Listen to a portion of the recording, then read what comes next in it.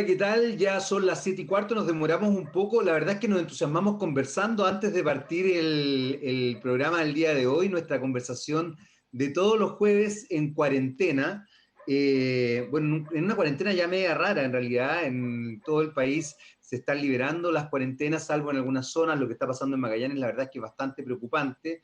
Lo que está pasando también aquí en la región metropolitana también es preocupante, la región de Coquimbo, pero sin embargo parece ser que los medios de comunicación están dando por terminado el COVID-19, esta pandemia que ha asolado el planeta completo, incluyendo, por supuesto, nuestro país. Ya están con nosotros Juan Carlos Painequeo y Nelson Lobos, hoy día hemos decidido hablar de un tema que está muy, muy contingente, producto del lanzamiento de una línea de pijamas que toma como referencia pinturas ritualistas Selknam.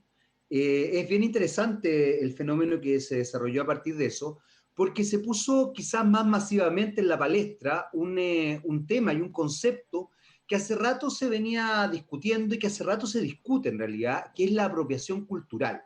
La apropiación cultural en términos muy, muy pedestres, aquí Juan Carlos y Nelson a ver si nos pueden aclarar un poco más el tema, pero en términos muy pedestres es cuando una cultura dominante se apropia de ciertos rasgos de otra cultura y las asocia a sí misma. A esto también hay que añadirle que cuando esa cultura dominante se apropia de rasgos de esa otra cultura para desarrollarse en un ámbito comercial, no solamente es una apropiación cultural, sino que también establece otras dinámicas comerciales que complejizan un poco más el tema. Hay distinciones, sin duda alguna, y no es un tema fácil. No es un tema fácil porque desde todo punto de vista uno también tiene que entender que hay ciertas dinámicas de mestizaje cultural que son propias. Y desde ese punto de vista puede ocurrir que, por ejemplo, uno ocupe efectivamente una cierto simbolismo de una creencia y que a raíz de su uso se masifique y se transforme en un elemento incluso decorativo, y no por eso la gente que tiene esa creencia va a dejar de establecer ciertas miradas. Un ejemplo gráfico es lo que ocurrió en los 80 con, por ejemplo, el vestuario de Madonna, cuando ella usaba encajes y usaba crucifijos como aro y rosarios como cinturón o como collares, cosa que hasta el día de hoy hay personas que ni siquiera profesan la religión católica y tienen efectivamente un rosario como un collar o ocupan ese tipo de cosas. También ocurre con los malas, que son elementos de rezo propios de ciertas religiones o de ciertas culturas, ciertas cosmovisiones, y hay gente que finalmente se los pone como collares o como otro tipo de cosas. ¿Por qué hago esta distinción? Porque es importante entender cómo se va estableciendo la apropiación cultural y cómo quizás ya nos hemos apropiado de ciertos símbolos y de ciertas cosas que pertenecen también a ciertas dinámicas, a ciertas religiones y a ciertas creencias y también a ciertas naciones y a ciertos pueblos como algo propio y lo hemos incorporado como elementos de moda. Y en algunos casos esto ya se ha establecido como una norma, pero en otros no. Y ahí es donde vamos a establecer ciertas distinciones, sobre todo cuando nos apropiamos de una cultura que no es la cultura dominante. En el caso de la religión católica no podríamos decir que no es una cultura dominante, sobre todo en Occidente, pero sí en el caso de los Selman no es una cultura dominante, por el contrario, es una cultura que fue brutalmente eliminada producto de la colonización en forma horrorosa en la zona de Magallanes. Entonces, ahí hay distinciones que tenemos que empezar a hacer que son bastante más delicadas, a pesar de que entendemos que este no es un tema tan fácil de elaborar. Don Juan Carlos Painequeo, don Nelson Lobos, la palabra es toda de ustedes. Muy buenas tardes en cuarentena de día jueves. Buenas tardes, Jaime, Mari Compuché. Un saludo a todos y a todas las que nos están viendo hoy día nuevamente en el programa número 20. Ya llevamos. Ha pasado tiempo, no nos damos cuenta, ya llevamos 20 programas en cuarentena. Bueno, antes de empezar, principalmente saludo a todos y dejar la palabra a Nelson. Después ya podemos profundizar ya en el tema que tú nos tiras como línea, ¿ya? Nelson. Marimari Pupeñi, Marimari Pulamien, Marimari Compuché, Ayus Colen, Tufachi Epumari Programa Mu, Mari Juan Carlos, Mari Jaime, Compu Buenui, Ayusculén decía Tufachi, programa Epumari, taín en cuarentena, Feula Inche en cuarentenado Melén, Concepción Carameu, Frontera Gualmapu, Frontera Picún, Picuna Pugulumapu, Chilimapuca Gualmapumu. Bueno, los saludo a todos, a todas que están en sus casas, Jaime, Juan Carlos, siempre un gusto. Contento estoy que ya llevamos nuestro programa número 20 en cuarentena, literalmente les decía, en cuarentenado acá en Concepción, la frontera histórica, ¿cierto?, entre Chile y Gualmapu, frontera norte de Gualmapu. Así que, bueno, les mando un abrazo a todos por sus casas y agradecerles que una vez más nos estén acompañando. Don Nelson Lobo, don Juan Carlos, ¿quién quiere partir un poco tomando este tema de lo que es la apropiación cultural? Que es algo que fenomenológicamente existe hace mucho tiempo, no solamente en este caso, claro, explotó el tema por estos pijamas, tomando ciertos patrones propios de la ritualidad Selknam, concretamente.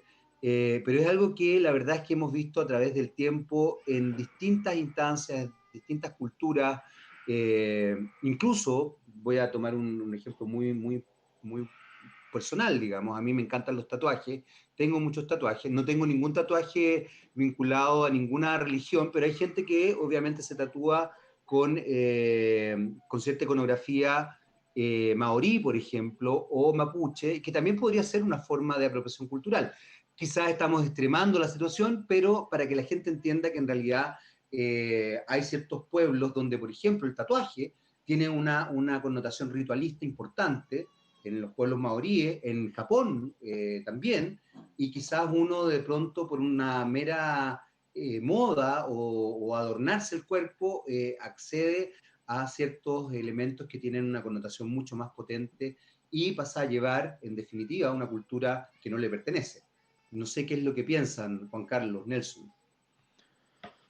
Bueno, respecto al suceso en específico que fue esta línea de pijamas que se lanzó hace un par de semanas, se me viene a la memoria un caso similar, pero de platería mapuche, que en este caso lo estaba haciendo la hermana del gerente de CMPS, me parece, Mate, apellido Mate, que se llama Lágrimas de la Luna. Ella sacó una línea de joyería inspirada en platería mapuche, que después la vimos comercializada en Falabella. Fue bastante chocante ver ese tipo de acción, y también levantó mucho ruido. Lamentablemente, bueno, no fue tan masivo como este caso, porque quizá el pueblo mapuche está vivo aún. En el caso de los Selman, como bien tú decías, fueron brutalmente asesinados y fue un poco de mal gusto quizá hacer esta línea de ropa con estos diseños Selman. Entonces, han habido casos ya durante todo el siglo XX en que, sobre todo yo creo que los últimos 20 años, los últimos 30 años principalmente, antes no se da mucho, de esta apropiación cultural, pues como bien tú dices, es cuando una cultura que está en una posición de poder, que en este caso sería la occidental, toma elementos de la cultura que está en una posición de desventaja, que sería la cultura mapuche o cultura selma en este caso, y toma sus elementos culturales y se los apropia, pues, se los hace propios como si les pertenecieran. Muy parecido al discurso de nuestros pueblos originarios, pues somos todos tenemos sangre mapuche, también ahí hay un argumento que da la base quizás para que se sientan con el derecho a hacer esto. Otro caso a nivel internacional, que yo creo que ya ustedes ya lo han escuchado, fue el caso de las tejedoras de Oaxaca, Exactamente. con esta diseñadora francesa que inscribió los diseños ¿cómo se llama de estas tejedoras, no tengo en este nombre en específico del pueblo, la primera nación que hace estos diseños, pero lo inscribe ella, pues ahí entra también en otra cosa, que aparte del tema económico, aparte del tema de crear una economía en base a algo que no les pertenece, las inscribió como propias, por lo menos los diseños. Entonces ahí también hay otra, como otra arista que está también muy ligada a la conversación respecto a los derechos de autor de una cultura. Una cultura tiene derechos de autor al ser un conocimiento que está dentro de la cultura, pero es masivo entre la gente, o porque no es de una persona, es como un pueblo en sí, una nación. Entonces, una buena pregunta, ¿cómo definir eso? ¿Podemos o tenemos herramientas legales para salvaguardar las cosas propias de nuestra cultura de una inscripción que más que malintencionada es como de aprovechamiento? Yo creo que también va por ahí también la conversación. Hay un elemento, Juan Carlos Nelson, que no es menor y que tiene que ver incluso con el ejemplo que da Juan Carlos. Por ejemplo, la orfebre que se dedica a la platería mapuche, Celeste Painepan, que es una mujer tremendamente conocida que hace joyas bellísimas y otras ornamentaciones propias del pueblo mapuche. Celeste Painepan es mapuche y obviamente desde su mirada, desde su oficio, ella desarrolla joyas que la gente ocupa, gente que no necesariamente es mapuche y que probablemente incluso puede que hasta europeos ocupen. Y esto también es importante distinguirlo porque efectivamente no es lo mismo la apropiación cultural, como el ejemplo que acaba de dar Juan Carlos, que creo que es un ejemplo bastante bueno, con que la gente pueda ocupar ciertas instancias y establecer cierta ornamentación propia relacionado con cierto simbolismo. ¿Hay alguna distinción realmente en esto? ¿Qué quiero decir con esto? Que una persona, no sé, holandesa pueda ocupar una cierta joyería mapuche, ¿eso resulta apropiación cultural o simplemente es un mestizaje propio de ciertas cosas? ¿O pasa también que hay cierta ritualidad que se pasa a llevar? Yo ponía el ejemplo de Madonna, por ejemplo, puntualmente hace un rato, en los 80, hoy día de verdad la gente ocupa rosarios como collares, gente que no es católica. También creo que hay una distinción importante. Nadie ha sacado, quizás hoy día han habido poleras y cosas que se han salido con imágenes de la Virgen o de Cristo, etcétera, etcétera, pero en general, hasta ese minuto, y generó mucha controversia, de hecho el Vaticano prohibió escuchar a Madonna en su minuto, eh, hubo una instancia de, comillas, apropiación de cierto simbolismo. ¿Cuál es el límite? ¿Tiene que ver con lo simbólico? ¿Tiene que ver con que efectivamente ciertas dinámicas de una cultura propia es lo que uno no puede meterse? ¿O por dónde se establecen los límites? Porque creo que aquí también hay algo que dijo Juan Carlos Nelson, que tiene que ver con los aspectos comerciales. Y yo creo que ahí sí hay algo que es bien importante decir. O sea, lo que hizo la diseñadora francesa es francamente escandaloso. Poner como propio algo que evidentemente no le pertenece. O sea, ya va más allá incluso de la apropiación cultural.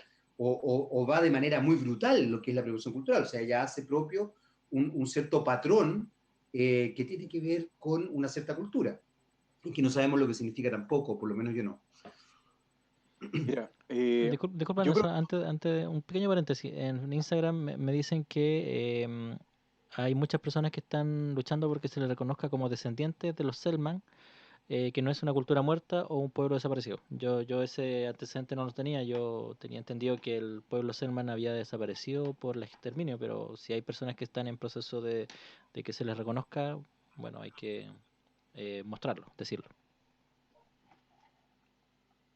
bueno, y respecto a eso, la imagen que se tiene sobre los Selknam es un poco la imagen que chilenos y argentinos, y tal vez un poco europeos, hemos construido, no voy a sacar han construido dentro del siglo XX. Entonces le han dicho a las generaciones, estos son los Selknam, o estos eran. Y a diferencia del pueblo mapuche, aymara, quichua, rapanui, que puede decir, todavía puede decir nosotros somos, sea mediante los hechos, sea mediante las palabras, o mediante las letras. En cambio, los Selknam finalmente han sido tomados, cosificados, mostrados como víctimas, que es lo que son, en definitiva, víctimas no de los españoles, sino de los De chilenos y los de los chilenos, argentinos, claro, de y los de, chilenos, eso es lo y más de, brutal.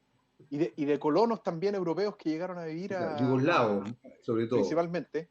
Entonces, y que como ya no están, entre comillas, no están, se dice lo que quiere decirse, y ahí viene un poco esto que salen los pijamas Y salió en Radio Bio Bio un pequeño, yo se los mandé una pequeña nota sobre este tema, donde ellos se disculpaban que había sido con respeto, que querían poner en valor la cultura, pero que si quieren ponerla en valor, entonces que se constituyan como fundación, y que bueno, que hagan que hagan esto no con una finalidad de lucro. Ojo, no es que yo tenga algo contra el lucro, bien que la gente gane plata, le vaya bien. El tema es cómo tú lucras, que esa es la pregunta, y de dónde lucras. Pero en este caso, si quieren hacerlo por pura buena onda con los Selknam, por rescatar su memoria, hay una instancia jurídica, una persona jurídica que en este caso sin fines de lucro, son las fundaciones, pueden constituir una corporación, y ahí hacen cosas que no necesariamente sería lo ideal, hacer pijamas con respecto de entidades espirituales importantes para ellos. Entonces, ojo con eso. Respecto al tema central, que la excusa para hablar de este tema es de los famosos pijamas Selknam, caemos en lo mismo. ¿Qué es ser algo o alguien? ¿Qué es ser chileno? ¿Qué es ser holandés? ¿Qué es ser mapuche?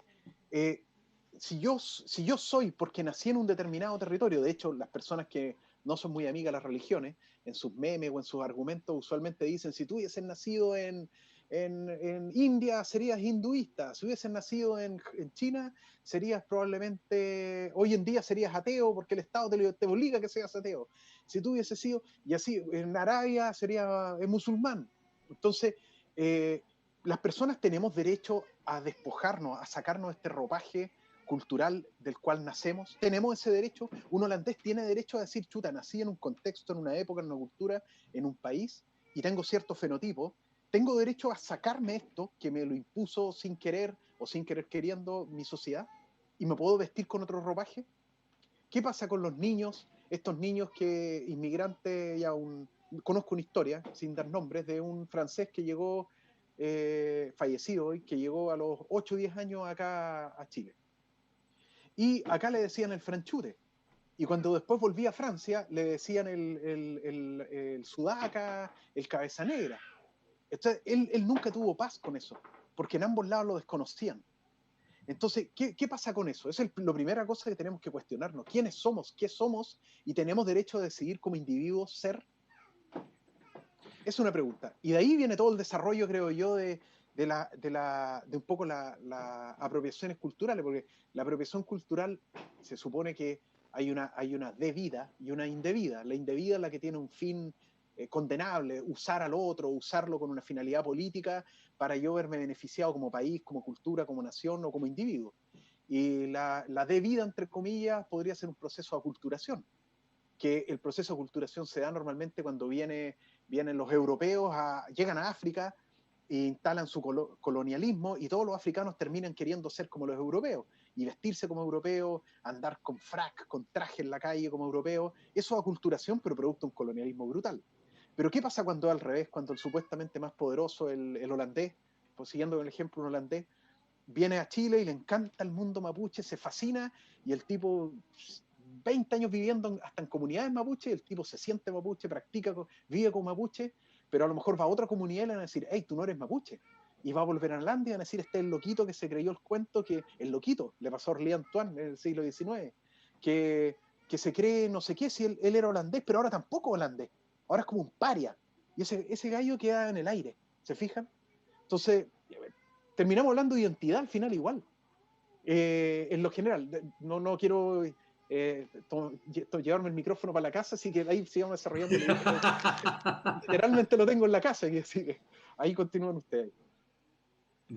No sé, es que a mí me parece que es interesante el punto que tú pones, porque establece también una dinámica cultural que no es menor, y que no solamente le pasa al pueblo mapuche, al pueblo aymara, al pueblo selknam o al pueblo maorí, o a algún pueblo originario del norte de América.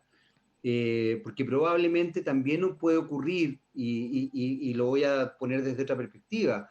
Hay pueblos originarios escandinavos, el pueblo vikingo es impresionante y existe, y hay una serie de vikingos, y se estableció toda una moda en función de esa serie, y hay gente que se cortó el pelo de X manera, ocupaba un moño de X manera, estableció una dinámica con la barba, cierto tipo de adminículos, etcétera, etcétera, etcétera.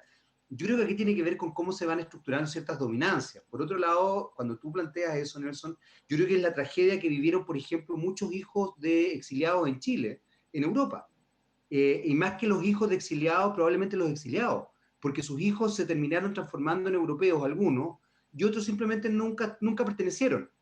Nunca pertenecieron porque sus familias tampoco los dejaron pertenecer, que es algo muy propio también del exilio. Es la nostalgia, es la melancolía, es una situación muy dramática desde varios puntos de vista.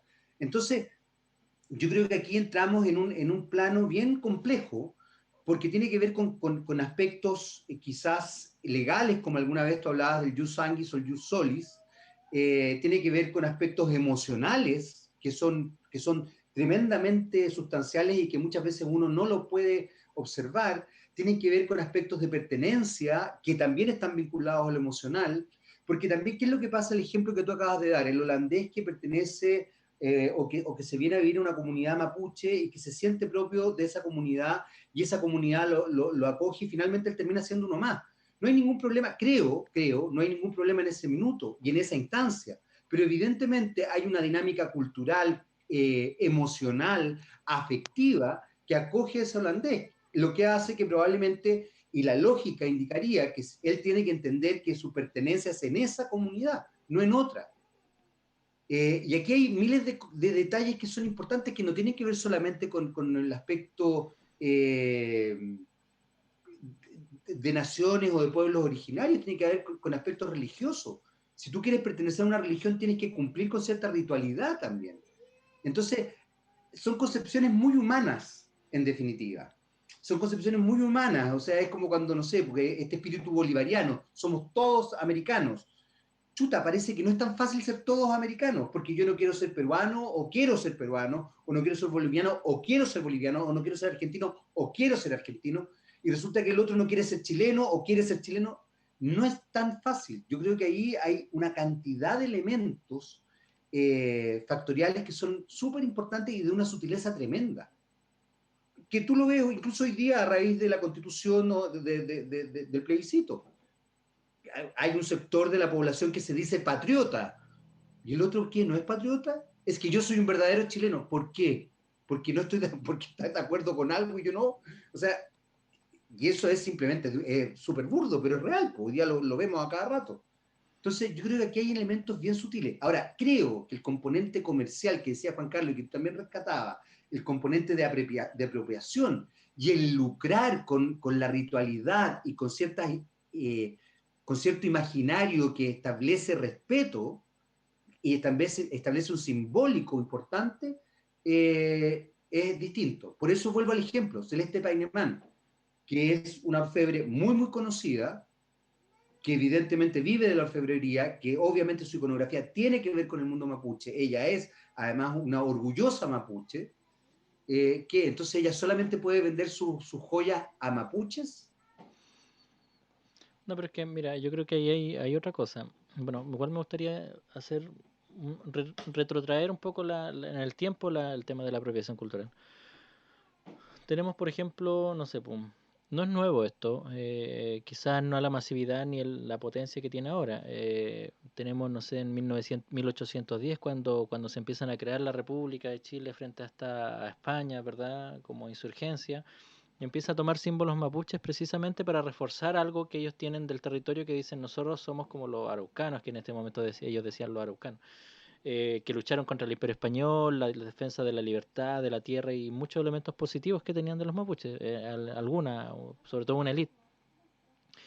Por lo cual, gran parte de los símbolos iniciales tenían elementos mapuches. El escudo nacional con dos mapuches, una mujer y un hombre. Los símbolos de la bandera, también algunos elementos. El monitor araucano ¿cómo se llama? De Fray Camilo Enrique. Entonces, ahí ¿qué? Ahí estaríamos hablando de una apropiación cultural, pero ahí tenemos que tener en cuenta que el mapuche era independiente. Entonces, quizás no había una disminución, un poder por encima por sobre otro en cuanto al tema de la cultura. Claramente los miraban como un igual.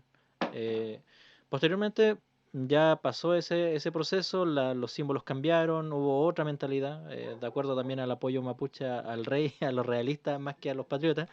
Por lo tanto, se quitó un poco eso del imaginario y se empezó a crear ya la visión ya en los 1850, 1860 del borracho, flojo y los demás, ¿verdad? Entonces, y después viene el proceso de invasión. Pero ahí yo tomaría algo que tú mencionaste al final, el tema de Celeste Peinepan. Yo creo que ahí cuando la propia cultura toma poder de su cultura y la resignifica, ya es otra cosa. Ahí ya no estamos hablando de apropiación, asimilación o apreciación. Ahí ya estamos hablando de que los propios componentes sociales de tu cultura te permiten a ti tomar algún elemento y resignificarlo, que entraría como un poco bajo la lógica del control cultural, que a mí me hace mucho sentido esa teoría que planteó Bonfil Batalla hace un par de décadas, donde yo resignifico los elementos propios míos como una forma de resistencia también, ¿ya? Como una forma también de sobrevivir, porque obviamente si somos muy estrictos en algunos elementos, puede que esa misma rigidez cultural mía me impida sobrevivir en el tiempo. Entonces yo al resignificarlo o al cambiar ciertos elementos para adaptarlo al contexto, me permiten sobrevivir. Pues y es una de las cosas que hablamos la semana pasada respecto a que esta elasticidad que tiene el pueblo mapuche en base a su cultura para poder resistir durante el tiempo y ir adaptándose también. Entonces, Celeste Peinepan yo creo que no entraría bajo estos tres conceptos que estamos trabajando acá. Yo creo que estaría bajo la lógica de donde yo como persona de mi cultura la resignifico bajo mis propios parámetros, ¿verdad? Y ahí Claro. estaría, ahí ya sería una cosa de que mi propia gente me condene o no me condene, ¿ya? En el sentido de que si está de acuerdo o no está de acuerdo con el hecho. En el caso de ella y de otros muchos rutrafes, que son las personas que hacen la joyería, eh, se comercializan la joyería, de repente igual hay cosas que uno le hacen un poco de ruido. Por ejemplo, el trapelacucha que usa la mujer acá en el pecho, hay Sí, algunos otros rafes que lo ponen como aro. Yo personalmente no estoy muy de acuerdo con eso, pero es un tema ya a apreciación mía, porque siento que hay algunos elementos culturales que son para otra cosa, ¿me entiendes? Entonces, pero ya entrarían en bajo otra mirada, otra mirada. En el caso de acá, de la situación donde viene un externo y toma mis elementos culturales y los resignifica para su beneficio, es cuando ya entramos como en un problema. Cuando no hay una conversación, no hay un diálogo, porque si por ejemplo viniera una persona y aprendiera la platería mapuche y pidiera autorización al platero que le enseñó, pues a la platera que le enseñó, y le explicara qué es lo que va a hacer, yo creo que habrían cosas que le diría sí hácelo o no hácelo, ¿me entiendes? Entonces igual hay un tema de que no hay diálogo tampoco en el uso de la cultura del otro, sino que hay una toma y ni siquiera pregunto, ¿me entiendes? Yo creo que también va por ese lado. Ahí Nelson. lo que, bueno, completamente de acuerdo con lo que dice JCA. Pero acá respecto a lo que mencionabas de los primeros tiempos de la República, ¿cierto? Cuando nace Chile, porque antes era España, todo este territorio estaba bajo soberanía española y los habitantes del Biobío del Norte eran españoles, mestizos o no eran españoles, y estos líderes revolucionarios de esta revolución independentista querían justificar ante, como diría Gabriel Salazar, el bajo pueblo, ¿cierto? Querían justificar esta guerra. Si para mucha gente no tenía sentido, estaban bien con él, iban a ser tan ricos o tan pobres con el rey o sin el rey. De hecho, para el bajo pueblo no cambió mucho el asunto. La independencia fue un montón de sufrimientos, de masacres, que las sufrían más ellos que los que armaron la revolución. Porque O'Higgins sobrevivió, los Carreras, claro, se mataron entre los mismos revolucionarios, pero los Carreras, si se hubiesen seguido la línea O'Higgins o la logia, hubiesen terminado vivos, fueron pugna de poder, pero la mayoría de los que sufrieron fue la persona, los NN que vivían en el campo. Entonces, ¿cómo justifico yo de que la gente se sume a mi revolución? Necesito darle una identidad, necesito decirle, hey, todos tenemos pasaporte español, pero nosotros somos distintos al rey porque, no les voy a decir de que el rey me exige pagar impuestos, que los funcionarios que me traen acá, a los cuales ellos jamás van a poder acceder a esos cargos, me perjudican a mí y a mi familia, y en realidad beneficia a gente de la península ibérica. Eso no es un tema que exista en la conciencia de la gente que eran el bajo pueblo, ¿cierto? Entonces tenían que convencerlos de otra manera, mediante los símbolos. Y mediante estos símbolos, ¿qué mejor símbolo que el mapuche? Este mapuche indomable, este mapuche guerrero, y empiezan a levantar una historia mítica, legendaria del pueblo mapuche, que era verdad en todo caso, pero le agregan un montón de colorido, tomando arcilla y publicaciones en los diarios. La mayoría de la gente no leía, pero bastaba con que uno leyera y transmitiera esto en su pueblo, en cualquier lugar, y esto iba creciendo. Entonces, necesitaban apropiarse, ahí hay una apropiación cultural, pero con una finalidad política primero, para justificar una revolución. Y después de que ganan la guerra y gana la revolución, necesitaban la segunda finalidad con el pueblo mapuche, justificar la identidad, justificarme ante el mundo y decirle al mundo, hey, yo soy distinto a los españoles, no soy un español más, sea un español moreno, un español mestizo con mapuche, pero al final español, porque al final veían, somos todos católicos, somos todos, nos vestimos igual, apostamos a lo mismo de Europa, tenemos constituciones políticas basadas en Europa, nuestras leyes son basadas en Europa y al final con el derecho romano y largo, etcétera. Chuta, ¿en qué nos diferenciamos? Ya empieza a salir cosas, apropiaciones como esta, que a la gente en la casa les va a hacer mucha lógica. El locro, por ejemplo, en Argentina. Los argentinos te dicen, oye, el locro es nuestra comida del gaucho tradicional, y el locro es una comida mapuche. El charquicán, hay hasta programa de televisión ahí, muy bueno el programa, recomiendo Chile, por ejemplo, que es muy bueno, y te muestra todo Chile, y te muestra las cocinas y todo, y ya se me hizo agua la boca, pero ahí te muestran, te hablan del charquicán como la comida típica chilena, y no necesariamente hecha por mapuche. Menos mal, el charquicán como que quedó atrapado en esto, en esa cosa mestiza. Entonces el chileno reivindica el charquicán como comida chilena, pero es mapuche. Y resulta que ahora en los catutos o multrún, los piñones se asocian más a los mapuche porque el pueblo mapuche hoy, como dice Juan Carlos, lo tomó y lo levantó como una forma de resistencia. El piñón, el mudai, pero ¿hasta cuándo? ¿Hasta cuándo esto va a estar? Y ese es un tipo de apropiación cultural que tiene que ver con una necesidad política y también con una necesidad de existir como pueblo y buscar una identidad propia, que los chilenos todavía estamos en búsqueda de nuestra identidad y en general los latinoamericanos todos.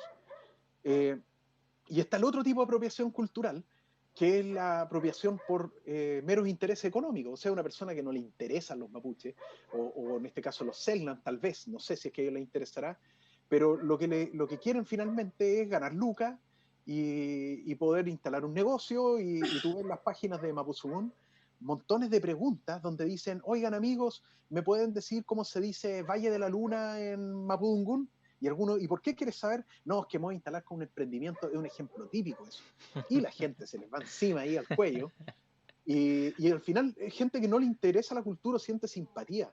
Y ahí donde yo entiendo al pueblo mapuche que diga, bueno, esta persona no es mapuche, no le interesa a los mapuches, y si le interesa a los mapuches como o algo folclórico, o algo así como paternalista, o es algo para obtener meramente un lucro. Y yo creo que ahí hay un problema bien grande que en realidad es el de hoy, pero está asociado con todo lo demás, y que es el que hay que ir descifrando. Entendiendo, a ver, voy a ver si logro entender algo, ¿ah? Pero de alguna forma me doy cuenta que la jerarquización cultural es parte importante de la apropiación cultural. En la medida que se establece cierta jerarquía, la apropiación cultural es bastante más compleja y más cuestionable. Por ende, por ejemplo, las movilizaciones que se desarrollaron en Santiago, no sé cómo habrá sido en Concepción para el 18 de octubre, establecieron varios elementos bien interesantes, entre ellos esta utilización de la bandera mapuche, que es esta bandera con un cultrún y con ciertos símbolos que Nelson el otro día me enseñó a qué se refería. Pusieron también delante de la estatua de Baquedano, hubo durante harto tiempo dos figuras representativas en madera, como una especie se me fue la palabra, ¿cómo se llama? Como... ¿Tótem? ¿Qué cosa? ¿Tótem? Como un tótem, gracias. Dos figuras de madera como tótem que de alguna manera representan como, no sé si un hombre y una mujer, pero que son muy propias de la cosmovisión y de la cultura mapuche. La verdad es que eran bellísimos, ¿eh? Ahora lo sacaron todas esas cosas durante la pandemia, aprovecharon como de remozar en esta cosa europeizante, cosa que a mí me parece una torpeza tremenda. Yo habría dejado esos tótems, por ejemplo, que eran increíblemente bellos, de verdad, se veían muy bonitos, para además nosotros, de una perspectiva estética, bien, si quieren, puede sonar hasta frívolo. Para Pero nosotros ahí, por son los ejemplo, chemamuil, por si acaso. Perdón, Juan Carlos. Chemamul para nosotros. ¿Chemamuil es tótem o es...? Gente de madera es como el significado. Pero Perfecto. Chemamul. Pero se entiende de lo que estoy hablando, ¿no, Juan Carlos? Que me interesa que... Genial. Entonces, por ejemplo, ahí habría una apreciación, una apropiación cultural y bienvenido el acto fallido, donde se aprecia la otra cultura y se ensalza la otra cultura en función de una cierta cosa. Ahí no hay una apropiación cultural en estos movimientos productos del estallido social que generen ningún tipo de ruido. Sin embargo, cuando la apropiación cultural, y yo estoy de acuerdo contigo, Juan Carlos, yo pongo el ejemplo del Celeste Painemán básicamente porque creo que es importante entender la diferencia. Y también entiendo esos detalles que tú dices, porque a mí una vez me tocó estar con ella, y ella, por ejemplo, me decía que, claro, que había cierta joyería que ella jamás la haría como joyas que no son para lo que son, por así decirlo. Yo soy torpe en la joyería y ustedes saben que estoy aprendiendo sobre la nación mapuche con ustedes, así que, por favor, cualquier cosa me van ahí guiando. Cualquier metida de pata. Pero lo que quiero que se entienda es que hay distintas apropiaciones culturales y obviamente una de las cosas importantes que por lo menos yo estoy viendo, escuchando a Nelson y escuchándote a ti, Juan Carlos, es el tema de jerarquía. Y también, sin duda alguna, el tema económico que genera una cosa distinta. Y que ahí yo entro a algo que decía Juan Carlos, no sé qué pensáis tú, Nelson, que es cuando tú utilizas o estableces un cierto símbolo y como que lo corrompes, por así decirlo.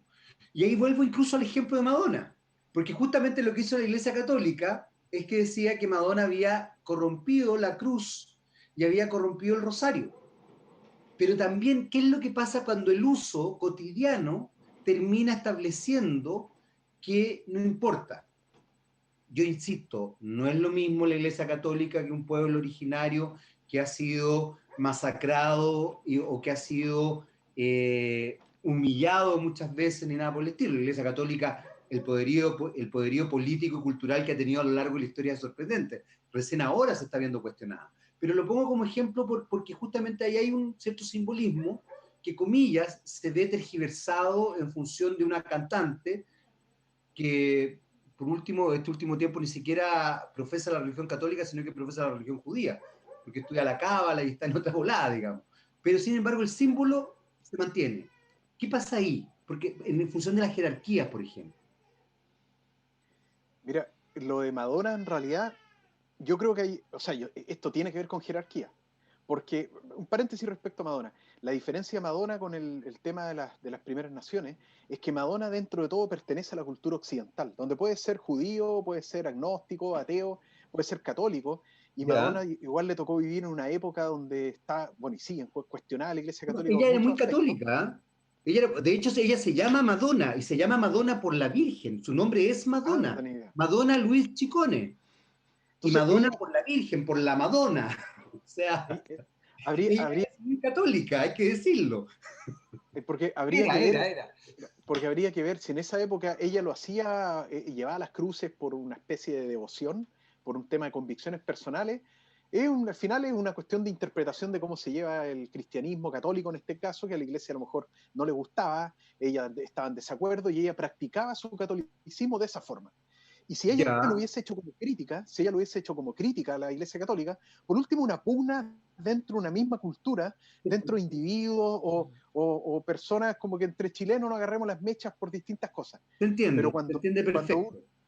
cuando uno va yendo a la parte jerárquica, tú ves de que, ¿qué pasa con la comida italiana? Todos hablan de comida italiana y todos reconocen que es comida italiana. Y tú vas a Perú y en Perú te dicen, tenemos una pizzería excelente y tú hablas con un italiano y te dice, esto es una merda, te dice, es una merda, por la pizza que la encuentro horrible, pero tú vas a Italia, otras preparaciones, puede variar, los gringos tienen su propio tipo de pizza, ¿cierto? Que asquerosa encuentro yo, pero, pero ellos reconocen que es pizza italiana al fin y al cabo. Entonces la pizza italiana puede tener miles de expresiones culturales, la forma en que se hace. Los brasileños creo que le metieron la piña, no sé si habrán sido ellos, que otras esas cosas que uno no entiende, Oye, es pero rica al con final... piña. Muy rica con piña. Yo amo la pizza con piña, huevón. No vengas aquí a desprestigiarla. Ya, lo dejo ahí Se va a entonces. ir, Nelson se va a ir. Voy a salir de aquí de esta conversación. La cosa es que, pero nadie cuestiona que la pizza es de Italia. Pero cuando tú hablas del locro, el locro se asocia inmediatamente a Argentina y el pueblo argentino ya por una cuestión de tradición, ni siquiera por cuestionarlo probablemente. Y acá en Chile el charquicán es chileno, po, y es buen chileno. Y si tú le dices, oye, son mapuches, y si tú le dices, por si acaso son mapuches, ya salió el grave con la cuestión. No seamos tontos si somos todos chilenos. Eso es apropiación y además es negación. Pero nadie tiene ningún problema en reconocer que la pizza es italiana, porque es italiana.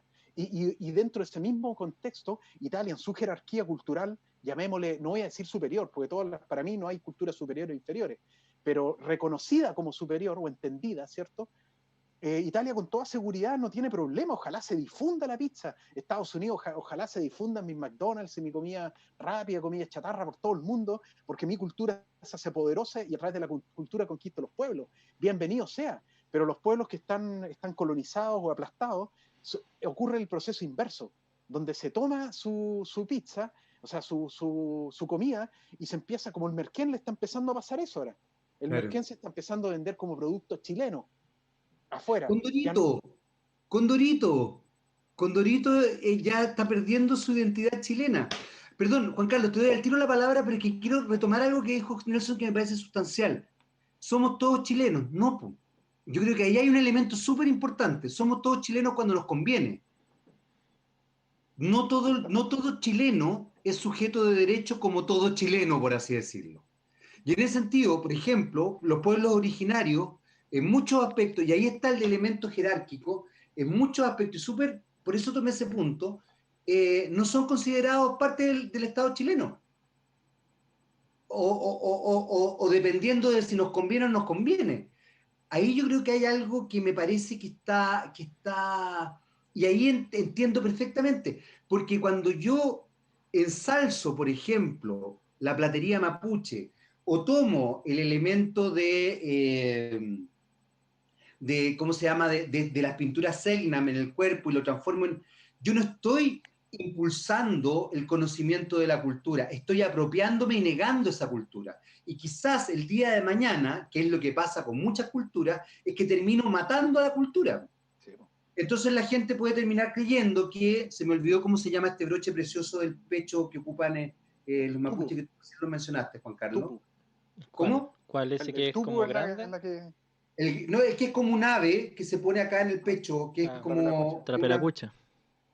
ya, la trapelacucha, por ejemplo, imagínate que el día de mañana termina asociándose a que es parte de la cultura chilena y se pierde radicalmente en el mundo, en la historia, y finalmente deja de ser parte del pueblo mapuche. Y ahí me hace mucho sentido lo que acaba de decir Nelson. No sé qué pensáis tú, pero claro, ahí es que finalmente la apropiación cultural termina estableciendo una negación de la otra cultura. No sé si lo entendí bien o estoy ya entrando en una volada del puerto de un elefante, que también puede ser. Ustedes Yo, saben que yo... si no sé, yo Bueno, creo que va por ese punto. Cuando la apropiación cultural lleva al extremo, va a una negación, va de la mano con la negación. Cuando la apropiación cultural está comenzando, va de la mano con la visibilización positiva, si podemos llamarlo así, como en el caso de estos chicos de los pijamas Selman. Pero es como al comienzo, el punto del extremo, llevarlo al extremo ya sería la negación total, pues ya la negación de la otra cultura. Hay una cosa que ustedes mencionaron que también es algo muy común de escuchar, el tema de la folclorización. Que igual para para el mundo mapuche, la cultura del mundo mapuche tiende a ser un poco peyorativa. ¿En qué sentido? Quiero explicarme bien. Eh, porque se toman elementos culturales y se ponen en situaciones que no corresponden y se transforman en parte del folclore de Chile. Ya, es muy común, por ejemplo, verlo en los colegios, sobre todo con la ceremonia, cuando, por ejemplo, se viene el 18, en los colegios, cuando no hay pandemia, se da mucho que se realizaban como actividades que mostraban la cultura de los otros pueblos y se hacían actividades que están muy enmarcadas en ciertos contextos, por ejemplo, un guillatún o un yeyipún, que son ceremonias mapuche, y se hacían en la escuela como parte de uno entre todos, ¿ya? Entonces ahí también hay una apropiación que folcloriza un poco. al folclorizar, lamentablemente en este caso es peyorativo, es como tiende a minimizar la cultura. Lo otro es que, en ese mismo ejemplo, está el tema de los rewe, que son estas estructuras que utilizan las machis, ¿verdad? Escalonadas, ¿ya? Y en los colegios se están instalando rewe. Entonces, ahí hay una apropiación y una folclorización. ¿Por qué? Porque ahí hay una suerte de que, bueno, sería diferente si viviera la macha ahí, ¿verdad? Pero eso no pasa, no vive la macha ahí. Sino que el colegio lo toma como un elemento bonito y lo pone para que todos lo vean día a día. Entonces, yo creo que ahí ya entramos también en la cosa que es ya la apropiación ya más negativa del proceso, que niega el valor que tienen ciertos elementos culturales en su contexto y le quita cualquier tipo de espiritualidad, cualquier tipo de importancia, porque una regla es muy importante, no es una cosa por ejemplo, si yo fuera a sacar la cruz que está en Sao Paulo, que está ahí esa cruz, la saco y la pongo en un colegio, todos pegarían grito en el cielo porque es un elemento religioso muy importante de mucha gente. Y el rewe es eso, es eso. Entonces, ahí está el caso como se está llevando hoy día y también instaurado también por una política de Estado también casi, porque está dentro del currículum esta valoración que ellos llaman de las culturas originarias, que en este caso es la mapuche también, pero las desliga de toda importancia que realmente tienen. Entonces, igual ahí hay que también ver en qué punto no es solamente un emprendimiento individual, esto también es un emprendimiento de sociedad y también estatal en la apropiación cultural. Fíjate que lo que dice Juan Carlos es súper interesante. Me acordé cuando hablamos de la tradición mapuche y hablamos de ciertas miradas religiosas vinculadas a distintas instancias, que hablamos como del lado oscuro y del lado no más luminoso, digamos, de la cultura y de la religión mapuche. Y yo recuerdo que en algún minuto hablé de mitos y leyendas y fue muy interesante porque tanto Juan Carlos como Nelson me explicaron, y yo lo agradezco mucho porque me permitió establecer una mirada distinta de cómo se desarrolla la religiosidad, y lo que dice Juan Carlos es sustancial. Cuando yo folclorizo o transformo algo en un mito, una leyenda, una visión X, es muy complejo, porque, porque finalmente cuando hay un mito vivo, entre comillas, no es un mito, es una creencia real de un pueblo. Y esto no solamente pasa en Chile, sino que pasa, y no pasa con los pueblos originarios, pasa con muchas culturas que creen en ciertas instancias y que la gente respeta esa creencia, y no solamente la respeta, sino que se hace parte de esa creencia. Sin ir más lejos, recuerdo que en algún minuto, por ejemplo, yo tenía un profesor que había hecho toda una investigación sobre los brujos en Chiloé, y él decía que llegó un minuto en que efectivamente él establecía una vinculación de credibilidad absoluta respecto al tema. Y también conozco gente que le ha pasado viajando por el mundo, que se ha enfrentado a situaciones puntuales en otros países con ciertas creencias que son reales. Entonces, lo que plantea Juan Carlos creo que es sustancial. Cuando en el fondo yo transformo una cultura, me apropio de una cultura para bajar su dinámica, su cosmovisión a otro elemento, un elemento folclórico, un elemento más bien lúdico, o un elemento exclusivamente ornamental, creo que estoy tergiversando ciertas cosas. Distinto son otras instancias. Yo creo que el tema es bien sutil, ¿eh? Pero creo que por lo menos a mí se me están aclarando algunas cosas, no todas, pero se me están aclarando se me están apareciendo algunas luces. Nelson. Mira, respecto al tema, bueno, eso que decía yo, cierto, que la comida italiana nadie tiene problema, la La árabe, la pizza con española, piña. la pizza con piña, pero todas estas cosas que la gente en general se ve como algo propio de. Con la comida mapuche, no sé, mira, el Peñi Calfucura, por ejemplo, ha estado haciendo un tremendo trabajo. Bueno, muchas personas, la también Margarita Carupán, así hay varias que han estado haciendo un trabajo tremendo de la reivindicación y puesta en valor de la comida mapuche. Eh, pero en general se le asocia muchas a comida chilena, y ese es un tema. Pero en cuanto al asunto de la apropiación como inicialmente lo habíamos planteado, el tema del lucro, tenemos esta cosa, apropiación, digámoslo, chica, donde son los pijamas, que es un emprendimiento menor, no es una cosa de Estado, es un emprendimiento, tenemos otro que la joyería tanto le pone el nombre mapuche, y así, pero tenemos algo que pasa totalmente piola, y que tiene que ver con políticas de Estado. Aquí quiero citar a este libro, que el reflejo no está jugando mala pasada, ¿cierto? No. A ver, Derecho y Pueblo Mapuche. Sí. Es un librazo este, dice Aportes para la discusión, la editora es Elena Olea Rodríguez, y quiero citar brevemente a un Peñi que sabe mucho, pero sé con esto, que el Peñi Salvador Villaleo, y su título, página 87, Conocimiento Mapuche y Derecho de Propiedad Intelectual. Y acá estos son libros bien densos, digamos, porque son jurídicos en términos bastante técnicos. Y acá, una de las cosas que dice, él sitúa los conceptos en juego para apropiación, el patrimonio cultural, los conocimientos tradicionales, expresiones del folclore y recursos genéticos colectivos. Y en la parte de abuso de los derechos de propiedad intelectual y del conocimiento mapuche, habla un tema súper importante, que esto en realidad es responsabilidad de nuestro Estado, porque el pueblo mapuche está atado de manos para poder golpearle a la mesa a Estados Unidos, por ejemplo. Plantas medicinales y recursos genéticos mapuche patentados o protegidos en otros países. Es una locura. Esto es mucho más grave, no en lo conceptual, pero sí en lo práctico, que el tema de los pijamas, los Selknam, por ejemplo.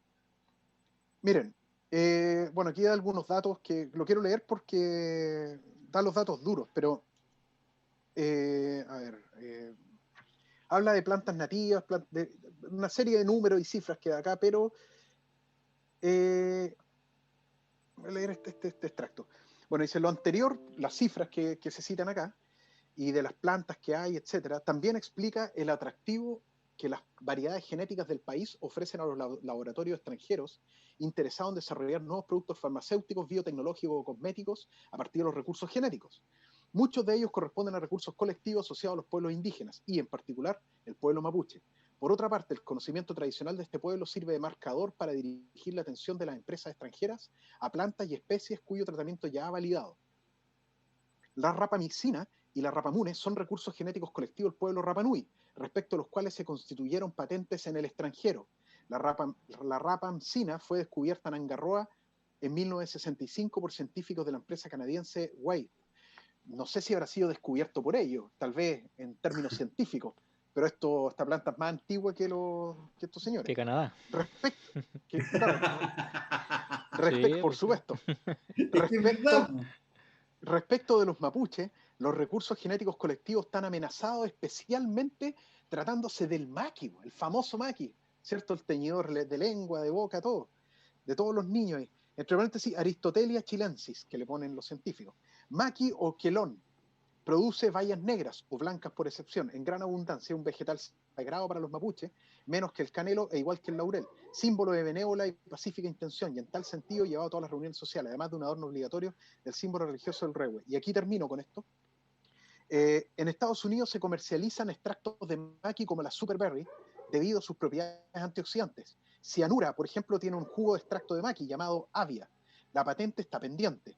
En Chile, de la Universidad Austral, junto con el laboratorio italiano Indena y el Consorcio de Tecnología e Innovación de Salud S.A., STI Salud, crearon un extracto de maqui llamado Maqui Select. Fondef financió en su 18º concurso de proyectos de ID de 2010-2011, este libro es como el 2011, 12, han pasado 8 años. Un proyecto de universidades de Talca, de la Universidad de Talca y la Fundación Chile consiste en un screening del material genético y desarrollo de clones y técnica de manejo del maqui para mejorar la oferta de materiales primas exportables, etcétera. Bueno, en ninguno de estos proyectos existe algún tipo de consentimiento, participación o distribución de beneficio a comunidades u organizaciones mapuche. La verdad, yo creo que ni se les pasó por la cabeza hacerlo. O sea, hay una cosa de que se asume, por acá habla de los Kawechkar también. Es muy bueno este libro. Denso para los que no están familiarizados con el derecho, pero muy, muy bueno. Y la verdad que es un tema que Chile, las leyes de propiedad intelectual son malas, y sobre todo a la hora de confrontar otros países. O sea, creo que las patentes del maqui hasta el año 2012-2013, había 3 o 4 solicitudes de inscripción del maqui como algo propio en Estados Unidos. Entonces ahí tenemos una realidad que pasa bien, bien callada, bien silenciosa, bien piola. Nadie Ya, se da pero por cuenta. ejemplo, el caso del maqui, el maqui per se, y ahí voy a tomar algo que decía Juan Carlos. El maqui es un fruto. Ese fruto no necesariamente, ese fruto pertenece a la tierra o pertenece a una cultura. Más allá de lo que tú estás diciendo, pero No. ¿pertenece a la tierra o pertenece a una cultura? Porque, por ejemplo, a mí me gusta el maqui, me gusta la mermelada de maqui, todo eso, y ya, pues, pero yo jamás cuando como maqui estaría pensando, me estoy pasando por el aro a, no sé, a la nación mapuche. O sea, yo lo que estoy pensando es que simplemente me gusta como me gustan las moras, y las moras fueron traídas fueron traídas de España, que tampoco son españolas, sino que son, por algo que se llaman moras, porque son de los moros, o sea, era de otro sector, que me imagino que debe ser del norte de África, probablemente. Entonces, finalmente, ¿qué pasa ahí? Y esto es distinto al ejemplo que tú decías con el locro, por ejemplo, que ahí hay una concepción real de cómo yo establezco ciertas dinámicas vinculadas con el mundo gastronómico, que la gastronomía tiene un arraigo cultural importante y también puede haber una apropiación cultural.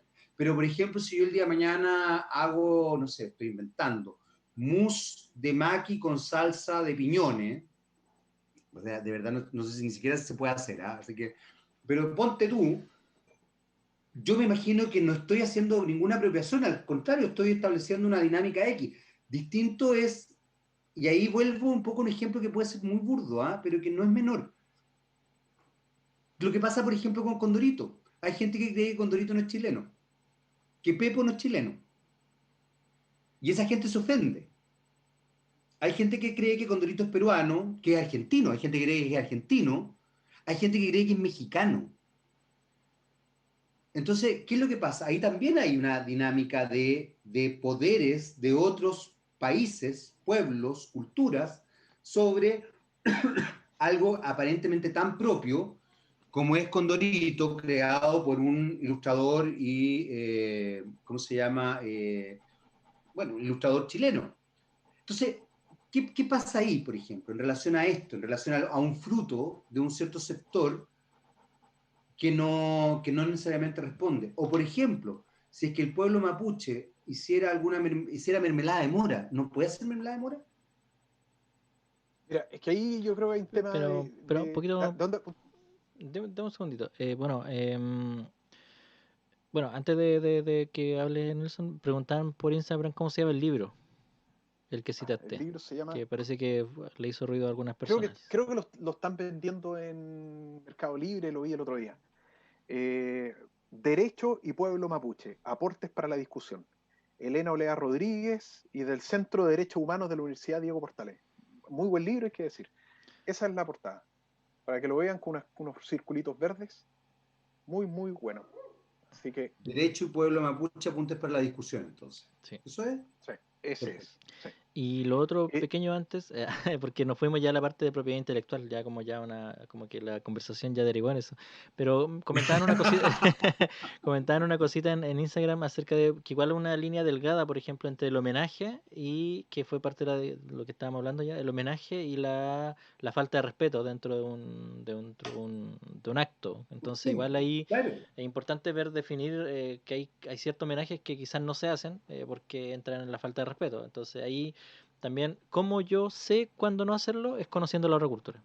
Es tan fácil como eso. Conociendo al otro, yo sé qué estoy pasando a llevar y qué no estoy pasando a llevar. Que va por ahí. Fíjate que es súper importante lo que dice Juan Carlos Nelson. Es súper importante. Yo creo que tiene que ver con instancias de respeto, básicamente, y de inclusión también. Porque fíjate que si yo lo retrotraigo, voy a abrir un pequeño paréntesis, pero si yo retrotraigo lo que acaba de decir Juan Carlos a todo lo que es la comunidad LGBTIQ+, y todas las problemáticas de género, a ver, yo no le exijo a nadie que ande, ¿cómo se podría decir? Para que no suene tan estúpido el ejemplo que voy a dar, pero quiero darlo porque creo que justamente por lo violento que es, puede funcionar. Yo no le quiero pedir a todo el mundo que entienda el mundo transgénero, pero el respeto es lo mínimo que yo puedo tener. Y eso significa efectivamente, como muy bien lo explica Juan Carlos, conocer conocer de eso. Entonces, por ejemplo, insultar a una mujer transgénero, decirle a Daniela Vega que no es mujer transgénero, porque Daniela Vega no es que se diga mujer, ella se dice mujer transgénero, es una falta de respeto.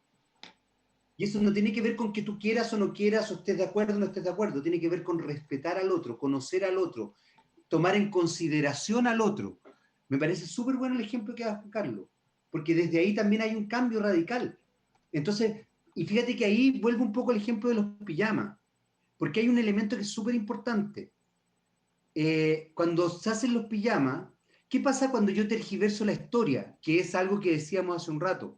Cuando en definitiva yo no estoy hablando de una pintura del cuerpo ritualista que establece una vinculación con ciertas deidades o conceptos simbólicos importantes de la cultura Selknam, sino que yo simplemente estoy diciendo, no sé, los Selknam eran choros y se pintaban así porque se metían en el follaje.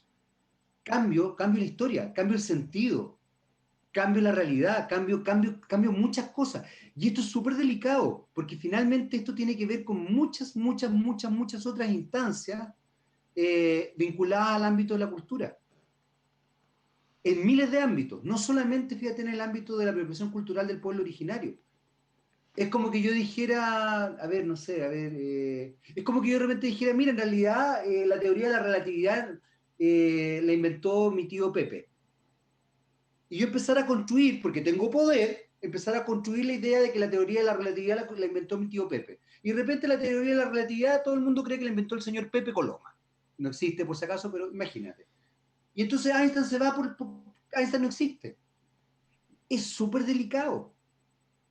Es súper Mira, delicado. Ahora, eso traspásalo a una cultura, a una cosmovisión, a una nación, a un pueblo. En realidad es de una violencia, si uno lo ve desde ahí, es de una violencia brutal. eso que mencionas tú de Pepe Coloma, es lo que pasa, es lo Que que no pasa, existe, quiero aclarar que no existe, no lo busquen. es lo que Por lo pasa menos en mi con, familia habrá otro Coloma que se llame José Coloma. En mi familia no hay, por lo menos.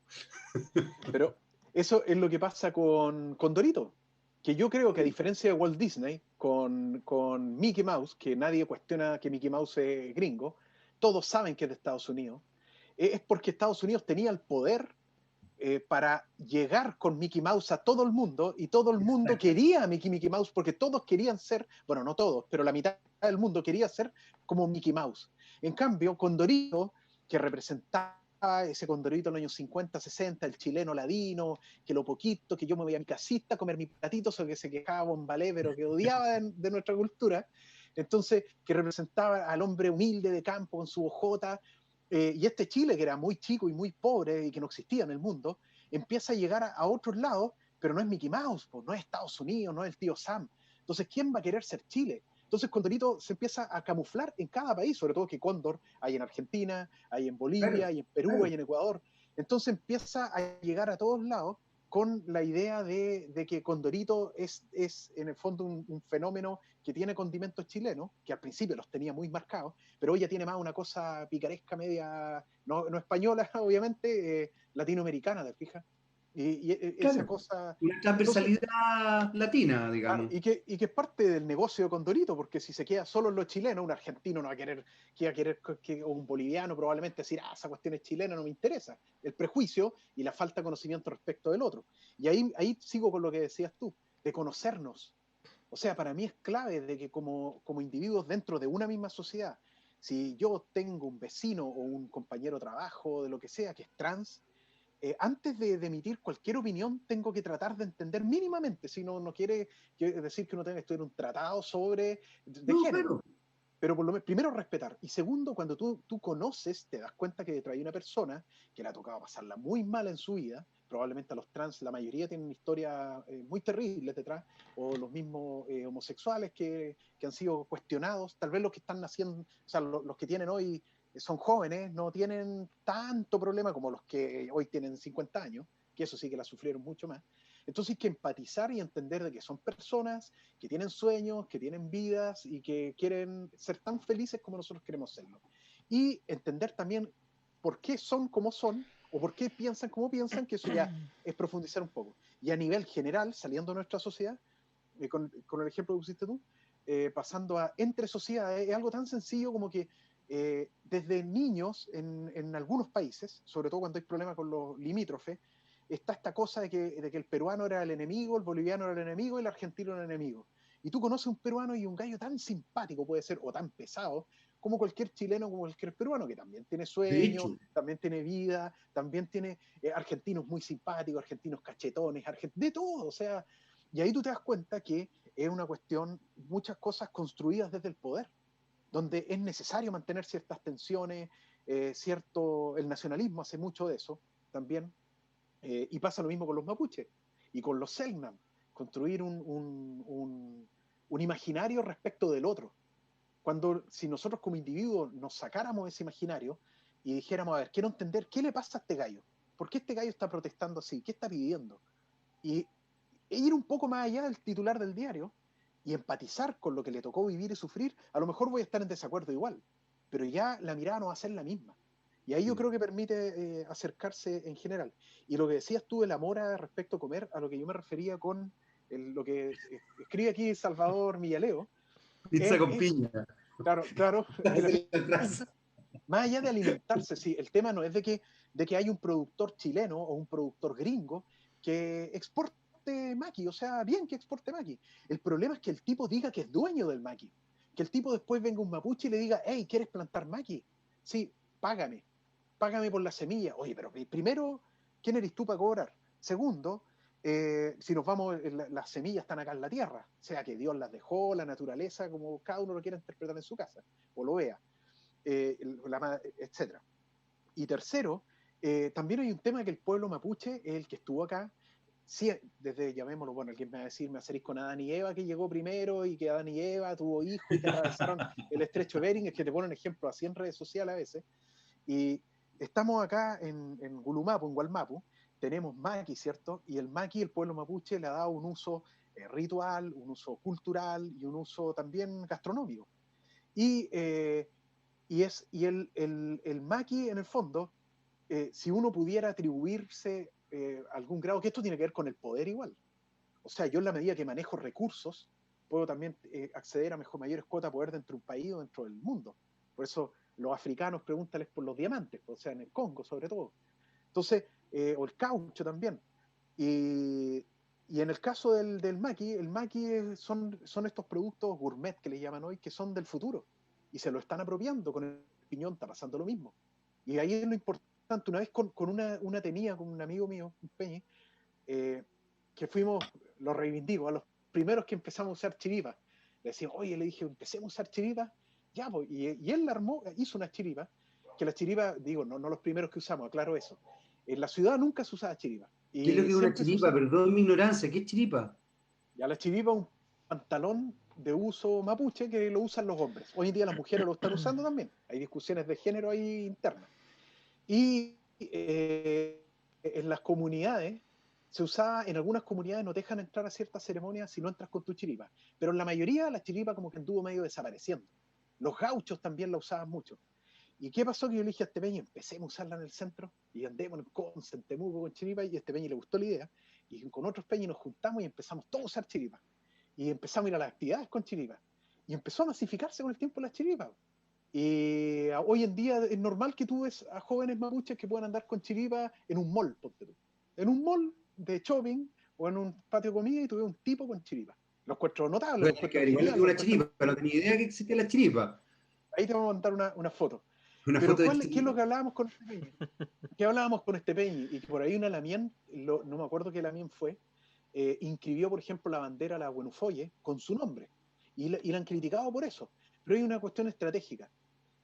Si tú tienes una chiripa que está totalmente desaparecida y le empiezas a dar lo que hablaba Juan Carlos, de una perspectiva de la resistencia, tu chiripa como una ropa de uso habitual, le empieza a dar una significación de uso normal, pero también con un sentido de decir, estoy aquí, existo, miren, nuestra cultura no ha desaparecido y le uso la chiripa. En algún momento puede que esto explote y que venga alguien y venga, no sé, alguna de estas grandes tiendas y saque la rama chiripa style, marca pero, tanto. A sí, ver, pero es que pasa absolutamente. Chiripa de verano, chiripa de invierno. Chiripa de verano, invierno, Y Claro. ahí es necesario... La temporada de chiripas se abrió. Pero mira, jurídicamente, ¿cómo tú proteges ese, voy a ocupar la palabra, bien cultural? Entonces, eso pasó con la bandera la Guenufoye, la que se usaba en las marchas, que una Lamien, no me acuerdo qué Lamien fue, la inscribió a su nombre. Y muchos la criticaban, como que ¿por qué la inscribió a su nombre? Bueno, porque si estaba a su nombre y venía algún patudo, que al final lo hicieron igual, se importaban de China esas cuestiones, las banderas en general, eh, tú puedes golpear la mesa jurídicamente, puedes demandar y decir yo soy propietario de esto y tienes alguna herramienta para defenderte. Pero si tú no le inscribes tu nombre, va a ocurrir lo de la señora de la Miel Gibson y te van a meter un golazo a mitad de cancha y más encima con una apropiación cultural que es doblemente más brutal. Porque en este Ya, tema... pero ahí, por ejemplo, hay un elemento, Nelson, que es súper complejo, porque fíjate que, por un lado, las grandes tiendas han tomado ciertas etnias también y ciertas culturas, masificándolas de manera brutal. Por ejemplo, en algún minuto recuerdo que estuvo de moda la cultura bohemia, y la cultura bohemia no era nada, ni más ni menos que rescatar la cultura romaní, que es la cultura gitana, y establecerla como una moda. Ahora, yo no voy a condenar a una mujer porque le guste ese tipo de ropa, pero efectivamente ahí pasa algo bien brutal, sobre todo cuando a la cultura romaní o a la cultura gitana se le pone el pie encima y se establece una caricatura de ellos muy, muy denostador, a propósito de lo que tú decías de la chiripa. Por otro lado, pensaba en algo bien, bien brutal que ocurrió hace poco. La UDI saca una propaganda a favor del rechazo para la próxima constitución con una frase y con el nombre de una canción de Víctor Jara, el derecho de vivir en paz. ¿Qué pasa ahí? ¿Qué pasa ahí? Y sale un diputado, un senador, no me acuerdo, el señor Macaya, diciendo, pero es que, ¿acaso no tenemos derecho sobre eso? Uno de repente dice, bueno, pero también hay un poquito de sentido común, pues usted apoyó una dictadura que mató al señor que hizo la canción, por un lado. Y por otro lado, quizás la frase el derecho de vivir en paz es una frase que se ocupa muchísimo. Sin embargo, en Chile tiene una connotación política y socioemocional bien fuerte. ¿Qué pasa ahí? A propósito, justamente, fíjate que el ejemplo de la chiripa es un ejemplo bien interesante, porque se abren todas estas vertientes, incluso más allá, perdón, otro elemento a propósito también de la comida, estoy mezclando todo, lo que pasó con Monsanto Lo que y la pasa, semilla. pasa. Perdón, tienes toda la razón, Juan Carlos, gracias. Lo que Exacto. pasa con ¿Qué Monsanto pasa? y la semilla. ¿Qué pasa con eso?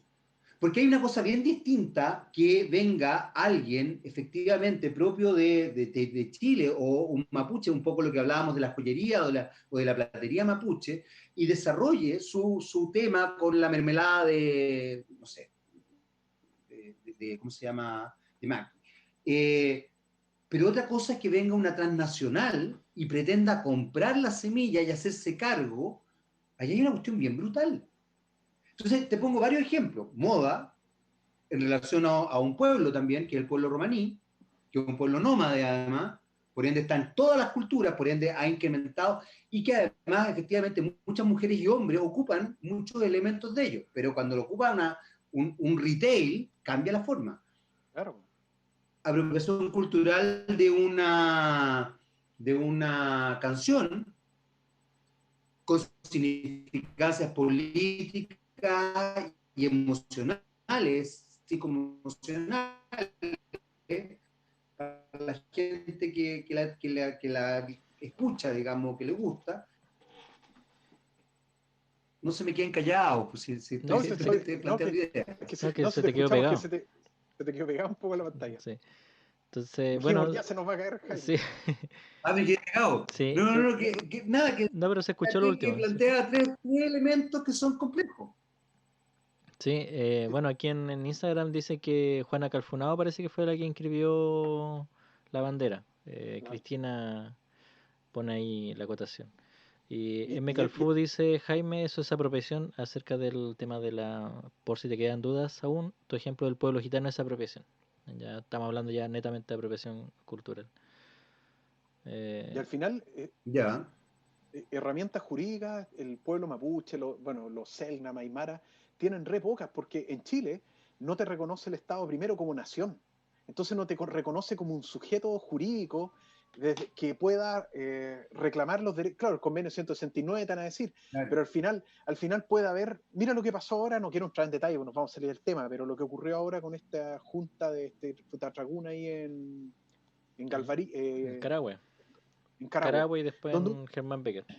Donde un grupo de mapuches se reúne con el presidente Piñera a conversar para llegar a tratar de acercarnos a la paz, etcétera, y vienen muchas organizaciones a decir de que esto no corresponde, que se arrancaron con los tarros en el fondo, que no representan a nadie, y una de las cosas que decían unas organizaciones, primero les decían de que ni siquiera eran verdaderos mapuches porque no hablaban la lengua, entonces se llegó al punto de que mapuches le niegan la calidad casi de mapuche, incluso de dirigente o de lonco, a otros de otras comunidades también. Entonces se genera un tema súper complejo, donde esto proyectalo, no voy a, por eso no quiero entrar en detalle de eso porque da para largo ese tema, pero proyecto esto el tema de la propiedad intelectual. Primero, Chile no reconoce al pueblo mapuche como nación, sino que las comunidades, lo he dicho en varios programas, tienen la característica de ser simplemente una junta vecino. Por ahí la ley Lafkenche habla de pueblo, lo único. Pero hay que entrar en toda una pelea de fondo jurídica en tribunales para llegar a acreditar ese punto. O sea, que el Estado reconoce que es pueblo. ¿Y qué es pueblo? ¿Y cómo el Estado entiende que es pueblo? O sea, da para largo. Entonces, si ocurre algo de una apropiación, como imaginemos las chiripas, ¿cómo tú demandas? Al final lo único que te queda es usar las herramientas jurídicas que tiene cualquier ciudadano chileno para defender algo propio, tu propiedad al final. Entonces aquí Juana Calfunado decían que había inscrito la bandera. Bueno, fue muy hábil. Hizo lo que yo creo que jurídicamente dio derecho porque no tenía otra opción. Entonces ella se convierte en la cuidadora, en la protectora de este símbolo del pueblo mapuche para que no venga alguien a lucrarse o a apropiarse de él. Porque si alguien viene y va a decir, hey, yo soy la dueña, y ella es la que está ahí cuidando. Pero si ella no hace eso, pasa lo de la Miel Gibson, que viene un vivaracho por ahí y le inscribe su nombre y te liquida. Entonces puede pasar lo mismo con los trapelacuchas. No tenemos idea si los trapelacuchas a lo mejor están inscritos a nombre de alguien. Eso se publica, pero ¿quién está mirando las publicaciones? Pero ahí hay algo, Nelson, y no sé qué piensas tú, Juan Carlos, pero ahí hay algo que tú dijiste que es súper interesante, porque el lenguaje es sustancial en relación a una cierta cultura. De hecho, hoy día, por ejemplo, para solicitar ciertas nacionalidades te exigen que manejes el idioma de esa nacionalidad. Yo lo sé por razones bien puntuales, porque mi señora es rumana y tiene que saber rumano ahora para rearmar su tema de doble nacionalidad. Le pasó a mi mamá con el italiano, mi vieja es italiana, y le pasó exactamente lo mismo. A mí no me interesa, así que yo no tengo ningún problema con eso, no tengo que aprender ningún tipo de idioma ni nada por el estilo. Pero hay algunas naciones que están exigiendo ese tipo de cosas. ¿Y por qué destaco esto? Porque efectivamente yo creo que saber mapudungun es importantísimo para rescatar la cultura. Y por otro lado, hay otro elemento que me parece que también podemos empezar a implementarlo. No hablar de pueblo mapuche, hablar de nación mapuche. Yo creo que el uso en el cotidiano establece también un arraigo cultural. Si nosotros empezamos a establecer la idea de que cuando hablamos de la nación mapuche, reforzamos esa idea, va a llegar un minuto en que efectivamente se va a popularizar el término, y acuérdense que hay algo que es bien interesante. La RAE, para toda esa gente tan purista, la RAE lo único que hace es destacar el uso de la lengua. No es que imponga normas, por si acaso, para toda esa gente tan purista que no se dice así, se dice así, que la RAE dijo que No, la RAE lo único que hace es rescatar el uso de la lengua, y entonces dice, esto se usa de manera tal. Por eso es que hoy día la palabra huevón, por ejemplo, sale en la RAE, porque se naturalizó tanto, se usó tanto, que finalmente se estableció. Bueno, lo mismo. Nosotros yo creo que en la medida que hablemos de la nación mapuche, vamos a ir estableciendo una mirada donde, por un lado, quizás a partir de esa dinámica exijamos la norma. Yo creo que ahí el lenguaje, cuando tú hables del lenguaje, no es menor, Nelson. Creo que es súper importante. Y ahí son detalles. Por ejemplo, yo, cosas que agradezco mucho de estas conversaciones. Yo hablo de la nación mapuche. Hace mucho tiempo desde que los conozco a ustedes, digamos, que yo no hablo del pueblo mapuche. Hablo de cosmovisión, hablo de religión. Ya de verdad tengo que ir como con un chip. Yo no hablo de mitos y leyendas. Y cuando hablo de mitos y leyendas, hablo de mitos y leyendas y incluyo a todo, ¿ah? a la religión católica, a la judía, a la musulmana, y ahí meto a la mapuche también, porque hablo de mito y leyenda como una dinámica mitológica o mágica, por así decirlo, que finalmente todas las religiones lo tienen. Entonces, creo que ahí van estableciéndose ciertas dinámicas del lenguaje que tenemos que empezar a incorporar también, y que tenemos que potenciarla. Cuando alguien te diga el pueblo mapuche, uno dice, no, pare. Hablemos de nación mapuche. Y de ahí partamos. Y ahí vuelve un poco lo que decía Juan Carlos. Puedes estar de acuerdo o no, pero las cosas por su nombre. Es como cuando la gente, con todo el respeto que me puede merecer las personas que piensan distinto a mí, pero es como cuando la gente habla de gobierno militar. No, no fue un gobierno militar, fue una dictadura cívico-militar. Porque establecía una dinámica con los poderes del Estado, etcétera, etcétera, etcétera. Da lo mismo, yo no estoy discutiendo si estáis de acuerdo o no estáis de acuerdo, si es que te parece que estuvo correcto o no estuvo correcto. Estoy hablando de cómo se establecen las normas y cómo se nombran y se nominan las cosas.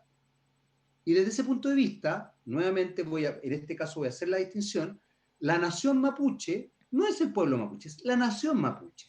Y tiene sus dinámicas, tiene sus reglas, tiene su política, como lo hablábamos en la conversación pasada. No sé qué piensan ustedes de mi apasionada intervención. No, yo estoy de acuerdo. Es que generalmente una de las cosas que uno trata de trabajar, sobre todo en escrito y otras cosas, hablar como de nación. Nación como una forma de generalización que bien tú dices va creando también una realidad, porque al ser nación también estás sujeto a otros tipos de derechos que te permiten exigir ciertas cosas frente a, en este caso, al Estado chileno o Estado argentino, que ayuda a salvaguardar este tipo de cosas. Esta apropiación, no sé, esta apropiación brutal en cuanto cuando se convierte en una venta de cosas que sería como la parte más negativa, porque al final estoy lucrando con la cultura de otro. Entonces, sí, pues yo estoy de acuerdo con respecto a hablar de nación. Yo hace tiempo vengo también trabajando el concepto de nación por lo mismo, pero genera mucha suspicacia. Hay gente que igual no le parece muy bien. Incluso la discusión de la ley indígena del 93, se hablaba de pueblo en ese momento en la propuesta que se hizo a la concertación. Sin embargo, en la discusión en el Congreso se estableció como etnia. En este momento, una noticia que salió hace como un par de días, al pueblo chango se le reconoció como etnia también, porque son etnias en este momento para el Estado chileno. Entonces, hay cosas que obviamente uno tiene que ir naturalizando con el día a día con la gente, pero también está la categoría jurídica con la que también se ordena la sociedad, y en este caso la categoría jurídica que nos ordena es la Constitución que tenemos, y la Constitución que tenemos no habla de nación, habla de pueblos o etnias, no es como la conceptualización. Entonces, la discusión que tú planteas, o lo que tú planteas en este momento, como visibilizar el elemento nación, viene directamente relacionado a lo que va a suceder el 28 de octubre. Si es que en una 25, no me cambie la fecha, don Juan Carlos. 25 de octubre, una futura redacción de una nueva constitución, donde se incorpore el concepto de nación. Obviamente ahí entramos en otra discusión si es que va a lograr algo eso, que ahí tenemos ejemplos en Bolivia, en Ecuador y otros países más donde está el concepto de nación instalado en sus constituciones, que sería como si es beneficioso a fin y al cabo, pero es necesario también establecer un piso jurídico en la Constitución. Y respecto a Víctor Jara, yo creo que tienen a Alberto Plaza, así que pueden sacar harta frases de Alberto Plaza los de rechazo para... Toda la razón, que cante la vida y tantas otras cosas bonitas, sí. Y el amor. Sí, tienes toda la razón. Fíjate qué buen punto. Qué buen punto que le hayas dado, les da esa idea, tienes toda la razón. No, yo creo que no hay comparación, pero Sí, fíjate no. Que tienen a Alberto Plaza, tienes toda la razón. Muchachos, son 20 para las 9. Nos alargamos. Bueno, también partimos un poquito más tarde. En general nosotros partimos más cercano a las 7, hoy día partimos a las 7:15, así que nos alargamos un poquito más. Pero siempre es un placer. ¿Alguna última idea para cerrar? Quería mencionar nomás que, envié algunos mensajes en Instagram y en Facebook, donde hablaban así en alusión harto al tema del Kempén y el Cupán. O sea, más que el Kempén, del Tubún, perdón, del Tubún. El Tubún implica tu origen territorial y el Cupán tu linaje. Y el Kempén es una cosa más, digamos, más profunda. Sería nuestro jus solis, nuestro jus sanguinis. Mira qué claro. bueno. Buena, Claro. buena. Entonces, una también decía por ahí, a mí me define mi cupalme y mi cupalm y mi tugún. Pero lo que pasa es que hay mapuches que no tienen tugún porque nacieron en la ciudad y el abuelo no dijo de dónde viene. Yo conozco muchos y saben que son más o menos de tal lugar, pero sin ninguna certeza. Entonces, claro, ella tiene, y ahí caemos otra vez en el primer programa, siempre volvemos al origen, ¿se fijan? Bueno, Esto es obvio, circular. siempre que volver al origen está muy bien. Y en el primer programa, ¿qué es ser mapuche? Y claro, la definición que da ella tiene que ver con jus solis y jus sanguinis. Pero hay otros peñis que dicen cómo hacer mapuche un mapuche que no habla la lengua. Y Yo creo ahí que ahí hay algo entramos bien importante, ¿ah? Ojo, en yo otra de verdad dinámica, que ¿se hay algo bien fijan? importante ahí. O el que no tiene dos apellidos, porque que este no, que este tiene el ojo azul, y lo hemos hablado tantas veces, o sea, tantas veces hemos hablado de este tema, y insisto, es una necesidad urgente que la nación mapuche se ponga de acuerdo de qué es ser mapuche. Alguien va a decir es que cada territorio tiene su forma, sí, pero ahora lo más probable es que gane la prueba, y cuando gane la prueba va a haber la redacción de la nueva constitución, y en la redacción de esta nueva constitución, si va a haber un Estado plurinacional, va a haber que definir qué es ser aymara, qué es ser quichua, qué es ser rapanui, qué es ser mapuche, y esa definición, ¿quién la va a dar? La va a dar un par de mapuches que llegaron a ser electos ahí. ¿La va a dar quién? Un grupo de personas donde la minoría va a ser mapuche, y cuando le pregunten a los mapuches van a tener miles de respuestas de miles de lados, y esas personas que van a preguntar no van a tener probablemente idea del tema de mapuche, y finalmente va a salir a lo mejor un monstruo, o algo maravilloso, o por último algo impuesto, que no va a dejarlos contentos a todos de qué es ser mapuche. Hoy CONADI define que es ser mapuche, no recuerdo la definición textual en la ley CONADI, 18.253 creo que o 19, y ahí dice finalmente el que se asocia a los apellidos, o sea, hasta tercera generación el apellido. Bueno, y el que es cuarta, quinta, pero habla mapuzungún, participa en la comunidad, participa en la rogativa, hasta ya anciano termina siendo nombrado lonco, o ñempín, o esmachi, y el Estado le dice, no, tú eres mapuche porque tu apellido en realidad es de como 4 generaciones atrás, así que quedaste fuera. Eso le pasa hoy en mapuche. Entonces es súper importante definir qué es ser mapuche. Y a partir de eso también estas discusiones de la apropiación cultural se van a poder dar porque de manera más o menos ordenada. Porque una gestión que haga una organización o una comunidad va a ser fácilmente cuestionada por otra que le va a decir, oye, yo soy tan mapuche como tú, y el enemigo se va a sobar las manos porque van a decir, bueno, que se agarren a coscacho entre ellos, yo Vive tomo para palco, gobernar. claro, divide para gobernar, y después yo me llevo, y listo, terminaron de pelear, perfecto, agarro todos los maquis y me los llevo para la casa, la pelota, la cancha, los arcos, todo para la casa. Entonces es clave esas cosas. Bueno, eso quería cerrar. El minuto de confianza de tolerancia cero, ¿cierto?